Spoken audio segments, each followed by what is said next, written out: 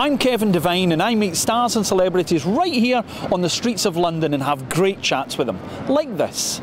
David Yip, we've managed to catch you in between shows today. Hi Kevin, nice to meet you. Good. How's the run going here at the Tricycle? Oh, very well, very well. It's our last day. We've just done, it's a play, 10 plays about the atomic bomb, and it's in 2 parts. We've just done the first part, Blast 1, it was great, and we've now given the very last one of Blast 2.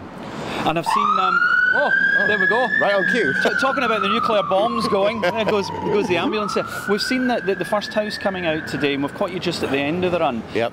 You've got quite a distinguished cast with you as well. We have, yeah, it's a fantastic, and it's also, Nick Kent has run the Tricycle for 28 years, and it's become a very political theatre in a way, but they do very good subjects, like Stephen Lawrence, and it's his last production, so it's actually fantastic to be in his last production, and it's going to be a big thing for him, 28 years in one place. He's in the middle of Kilburn.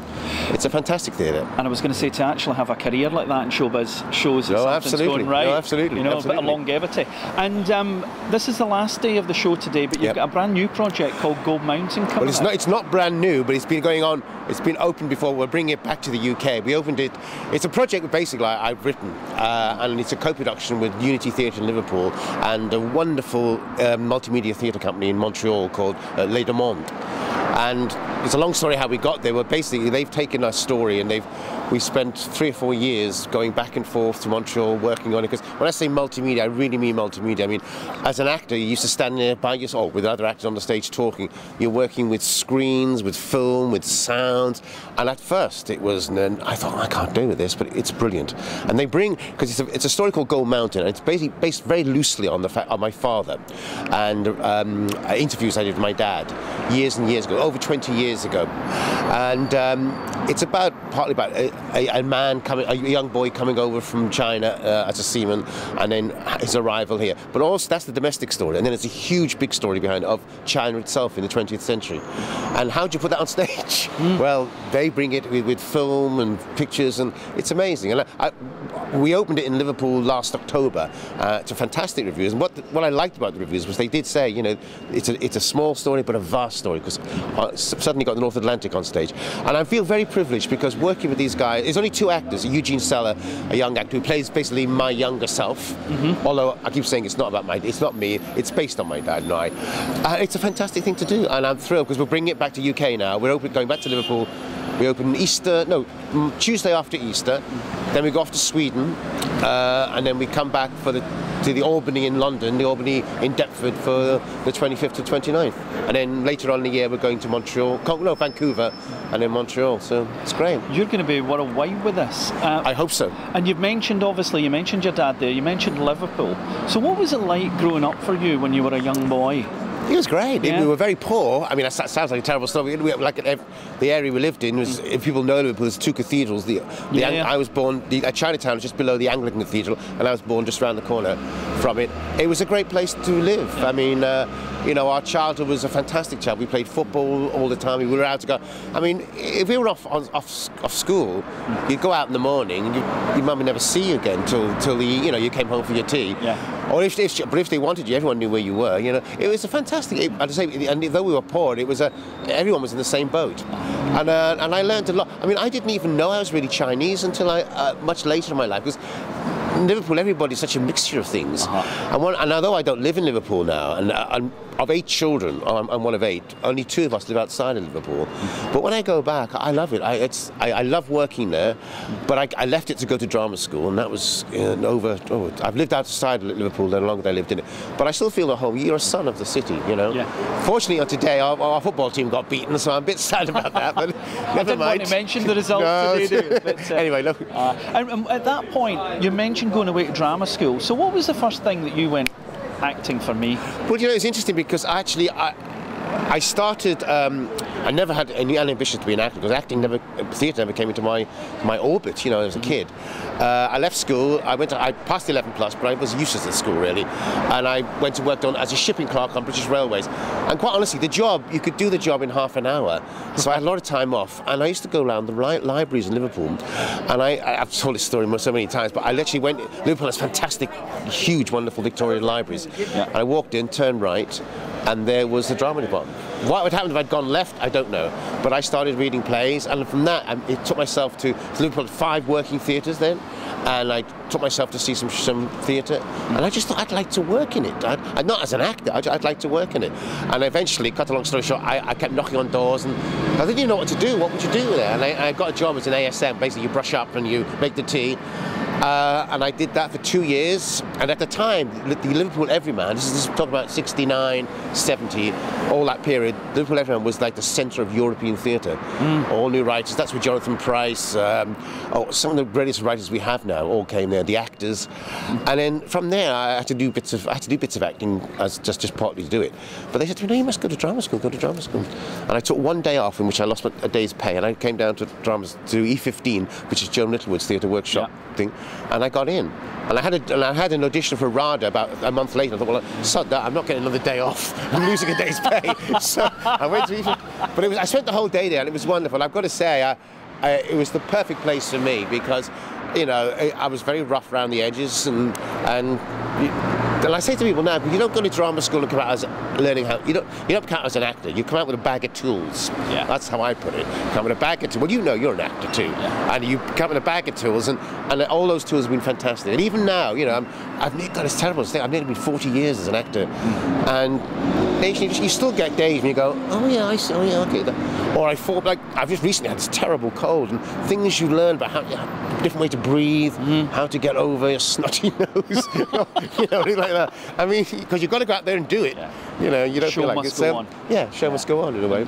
And you've mentioned a career now of 40 years, and but that's fantastic. For a start, you don't look old enough to have had a career for 40 you're years. Sweet. No, I'm being serious about that. And you've mentioned how you've actually worked your way up from the bottom there. You know, ASM, working through drama school, doing all that, and then a big break came along for you. It did, yeah. I was 10 years out of drama school. No, I wasn't. I was 7 years out of drama school. And then in the 1980s, no, beginning of 1980 itself, Chinese Detective came along.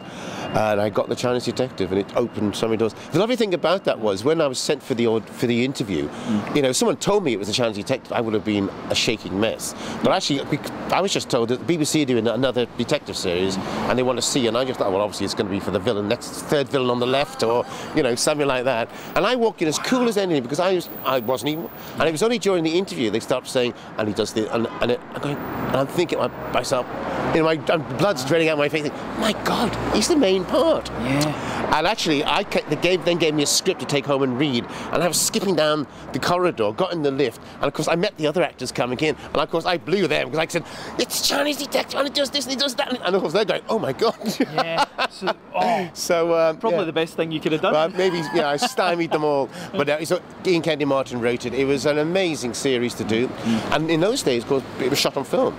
So I did 14 episodes, 2 series, but it's shown. I still get people that actually stop me in the street about it, and I think 2 years ago they released it on DVD, and I still get mail. I still get mail about it, and I've got to say I've seen it on DVD now, and it's no doubt about it. It's slow, but the important thing, the writing is fantastic. Storylines are, and he broke a lot of ground. Yeah, it really did. The unfortunate thing was it was pretty anti-Thatcher just as she got into power.